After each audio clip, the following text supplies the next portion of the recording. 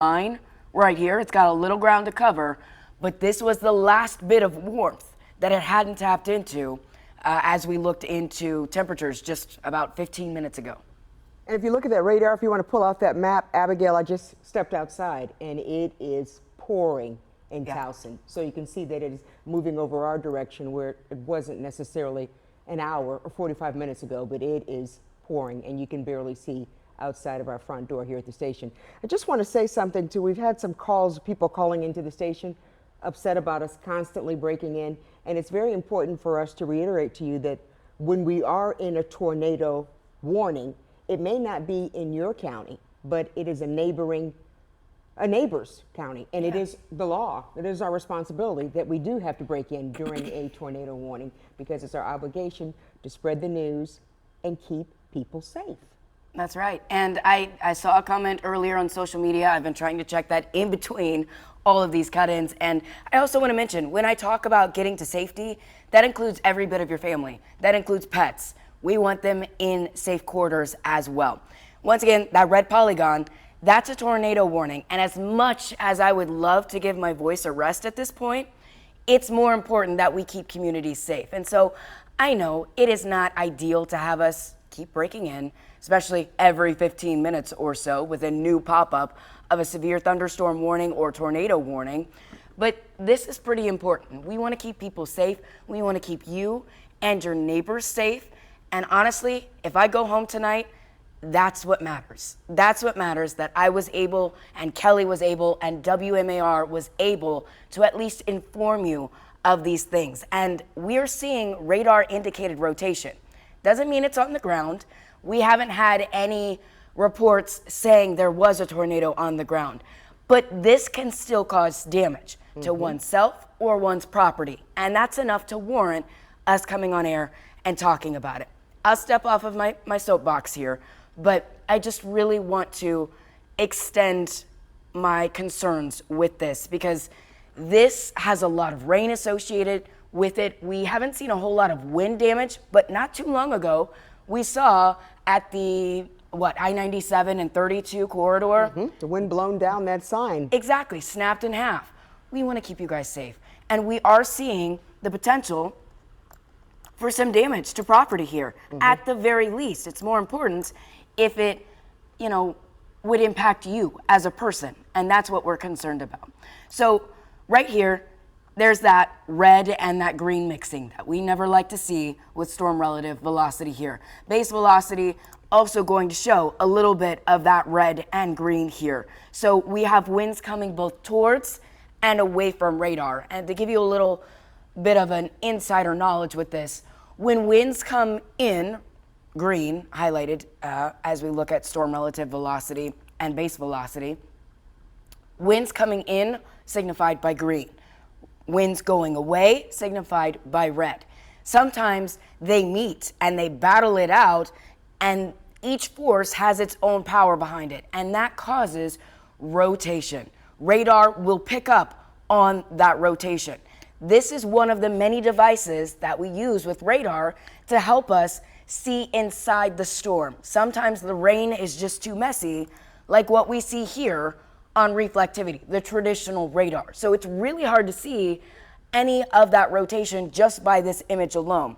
We also look at correlation coefficient, and there's a little bit of activity going on here that might be showing a little bit of hail, signifying this is a strong thunderstorm. So we look at all these things inside of the polygon to give you a little bit more information as to what's going on. And I checked with our crews that were near the harbor and downtown where it was pouring. You were right, you called it sideways rain. They said that it was not hail at that point downtown, so I'm not exactly sure what they're looking at now. Looks like we have, Abigail, more lightning strikes? Yes, just to the north of Chestertown, we are seeing quite a bit of lightning. You see this fuchsia color here, that signifies a little bit of a strengthening, highlighted rain here, especially on reflectivity. And that lightning, a little concerning, but we're not seeing huge amounts jumping out at us. But this just shows us that there's still some strength with this right here. This is one of our stronger ones that we have seen tonight, and it's had a little bit more instability to tap into. And as we look at National Weather Service, we're waiting to hear a little bit more about the history of this storm here. But this is what was over Stevensville, or Stevenson. I need to get that correct. But just Stevensville here and Highway 301. It pushed to the north. It went over some water and they allowed it to expire. But here's the thing. It grouped back together and they put out a new polygon, a new tornado warning once it got its act together and got back over land near Cliff City, Conquest Beach, Ashland Landing, Johnsontown, and that's what we're seeing now. We're seeing high winds and we're seeing a little bit of rotation still associated with this system. So if you're in these areas highlighted by that red polygon, if you see the name of your town or city, this is the time to get indoors, that safe space. I know we've shown it a couple of times, but if you guys can get the graphic to detail what a safe space is, we can talk about it a little bit here in detail and make sure that people are, in their safe space. Most important is that lowest floor of your home. You really need to seek shelter immediately. And lowest floor, we're talking about the basement, the lowest spot in the house. No windows, so an interior room with no windows. I've even heard some suggest get into a bathtub, but you can if the weather is running that bad. Cover yourself with pillows, blankets, and that is to protect you against the possibility of flying debris because you want to be safe as much as you can given a situation like this one. And you can see that the storm is moving relatively quickly. I can't recall the last time that we were on and off this much for a tornado warning within the short period that we've seen so far this evening. Yeah, so we've had a lot of elements in place, a lot of ingredients, as I've been terming it all night, coming together, but it'll go over areas like the bay, like water, that breaks it apart. But once it gets back over land, it can tap into that warmth that we got throughout the afternoon hours and rebloom, let's term it here, redevelop and group together and create that rotation again. We talked earlier in the 5 o'clock hour about storms in West Virginia and down towards the Carolinas. And we explained knowing the history of these systems is really important. It's as important as knowing what's happening in the now because it gives us a little context of these storms. We can see inside them. And we saw rotation in West Virginia and Virginia first. With that, we saw that it had a history of at least radar indicated rotation. And as it moved closer towards us, we had to brace for that possible impact, that possible restructuring as these systems pushed a little further in. I do want to highlight, you're going to see this polygon get shorter and shorter. It was a little bit longer than Rock Hall at its initial start around 9:30, which was an extension really of that one that was over Stevensville, but it regrouped and so it got a new polygon.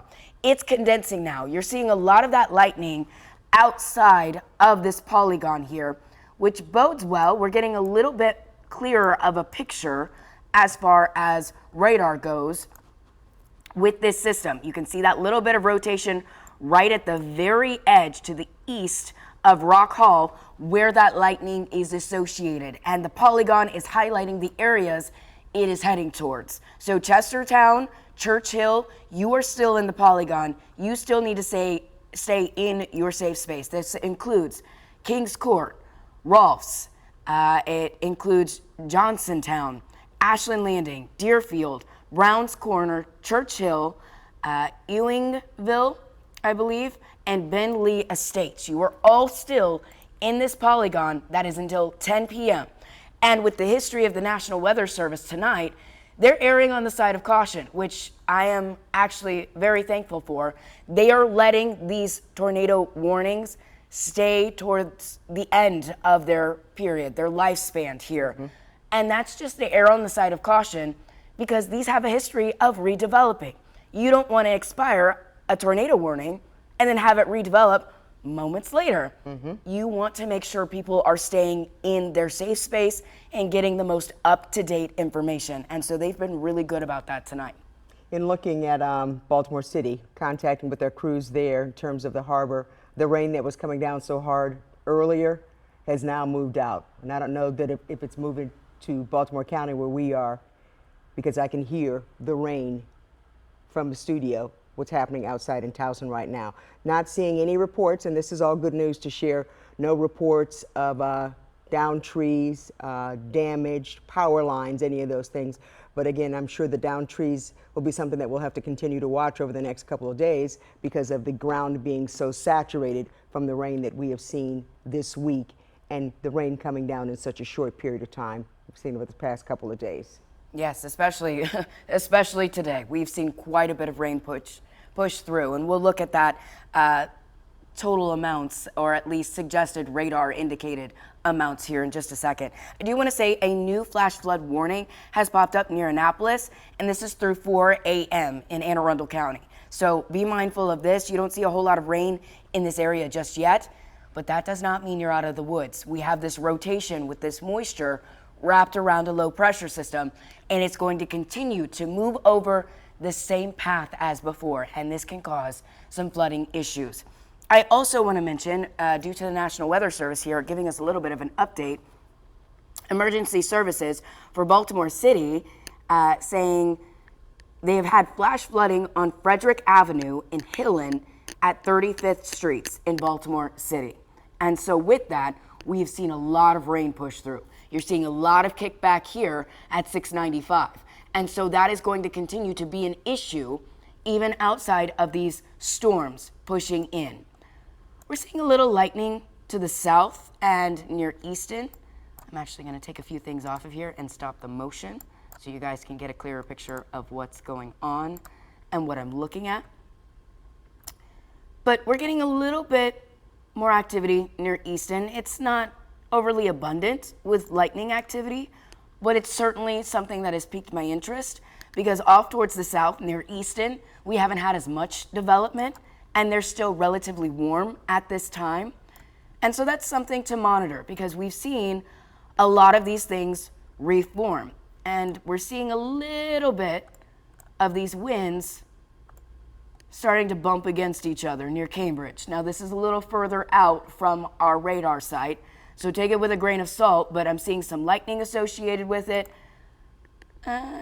We could see at least a thunderstorm warning possibly come out of this. So looking to the south, even though it's outside of our viewership, that's something to look at because this system has been tracking to the north and to the east. And so it will start to push towards Denton and Centerville and Chestertown. And even though they're trying to stabilize with all of this rain currently, that doesn't mean it can't still regroup. It still has that potential.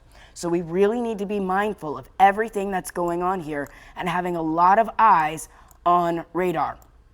We're also seeing a lot of lightning to the north of Chestertown, near Galena, near Betterton, near Cecilton, near Highway 544, and still clipping Highway 301. So this is also something to keep an eye on. This shows us that maybe a thunderstorm is trying to get its act together, and the eastern shoreline right before it gets to Delaware was one of our warmest spots still left over after sunset. So, Kelly, I'm going to take a drink because my voice is giving out, but I will be back in just a second. Oh, take a break. You've been doing a lot tonight. Again, we've been monitoring the storms probably since just before 7 o'clock tonight when a lot of the warnings started coming in near our area. And at that point, Abigail knew that it was heading in our direction. And National Weather Service calling the tornado warnings early. When we have a tornado warning, we go on the air and we stay on the air until it has been cleared by the National Weather Service. They've been coming on and off throughout the evening. And when I say in our area, we're talking about obviously Howard County, we're talking about Anne Arundel County, Queen Anne's County. Haven't seen much activity other than the rain and now some lightning strikes in Baltimore City and Baltimore County, but areas that we're still keeping a close eye on. The rain has been steady throughout the night. Looking at 695 West and Providence Road over here in the Towson area, the rain's still coming down, actually heavier than it was earlier, but again, haven't seen much lightning activity and not a lot of power outages, so that is a good indication that maybe this is not much wind driven. As you'd said earlier, Abigail, you said that we were expecting this to be a rain driven event, and it has been so far.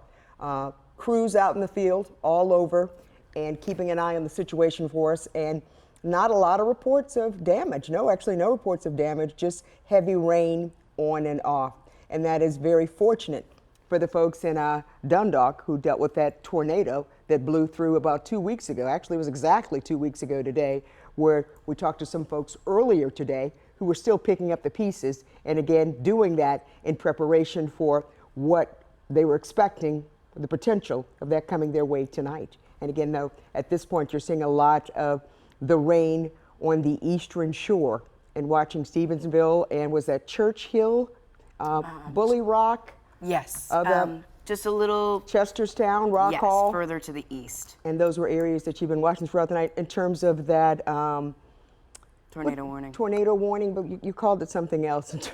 It was a technical term in terms of what you were watching, in terms of it getting smaller, getting bigger. Oh, condensing just a little Condensing, bit. yeah. We're seeing a little less of that coupling with rotation. It's still there.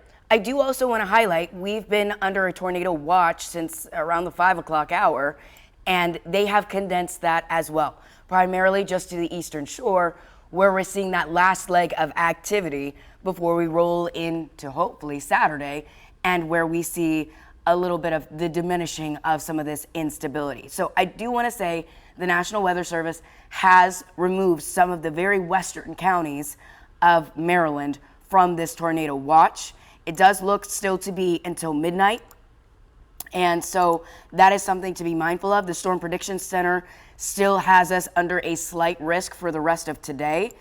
And I do also want to mention here, as we go through a quick forecast, and you see rain still on those roadways, I-83 south of Old Pimlico Road and I-83 north, you're seeing a lot of water, a lot of lights bouncing that water reflectivity back at you. So drive safe, make sure those low beams are on at times, especially if you're near another person. That can affect their eyesight and eventually their driving. But just make sure that you are being courteous if you have to be on the roadways. This is all part of a low pressure system that has been wreaking havoc on us as we entered into the evening newscasts. And it's going to continue to bring rain into our forecast even as we go into Saturday. So I briefly want to take you through Futurecast and talk about Saturday, and then we will circle back to radar to get a look at this tornado warning that is still very much alive for at least the next 4 minutes. So, as we take you through Futurecast, this is showing the last leg of this system. Barron's model is showing it moving out pretty much around the 10 o'clock hour, and then another band of rain sweeping in before we roll into early Saturday morning. And you would hope that this would be it for rain, but it's not. We have another batch, little pockets of pop-up showers and possibly storms pushing through by midday and late afternoon before this finally moves out of here, and that low pressure system that's wrapping moisture around us moves offshore. High pressure will then move in, which is good. We want that. But as we look towards Saturday, a cold front, and a strong one at that, sweeps through behind this system, and that is going to drive our winds up. A blustery day, and I want to also say this is a big factor in the safety of going out the next day. Our grounds are saturated. We have flooded plains at this point in portions of the city, and to the west of the city, portions of Howard County, Baltimore County, and maybe even trying to clip Carroll County, at least by the end of the night. And Anne Arundel County as well. When we see high winds like this, gusts anywhere from 20 to 30 miles per hour, that could also cause some issues with already compromised tree limbs or compromised trees in general. So I want you guys to be really careful with that. We also are now seeing a few more power outages, as you mentioned, the possibility of high winds. Right now, we're up to 1,252 customers impacted by the storm so far tonight. Okay. And so it could be something that we see continue to rise because, again, this is a storm that we're going to see tomorrow as well, correct? Maybe not this magnitude, but this is going to continue at least throughout tomorrow afternoon, tomorrow? Yeah. It's associated with this low pressure system that has been hovering over us. And with that, we're going to see counterclockwise rotation of that moisture. So that's why flooding is one of our primary concerns tonight. We're seeing that moisture wrap around and swing through, and in that same path as this low pressure system moves to the east, we'll see another batch push through, and this can cause some very heavy rainfall and some flooding. We're still seeing some coupling here as we look at velocity on radar. So just a heads up there, we're not out of the woods for Chestertown, for Heather Heights, for Piney Grove, Rolfs, River Edge. It looks like Beck's Landing, it's just barely clipping you at this point, but Chesmar and Ewingsville, you still very much are in this active polygon. So stay in your safe space. And I also want to show you guys accumulation that we've had from this system. This kind of beigey green color further to the south, and what warranted this flash flood warning until 4 a.m. for Anne Arundel County is showing quite a bit of rain coming down with these storms. Over 2 inches. Over 2 inches near Annapolis and in portions of Anne Arundel County.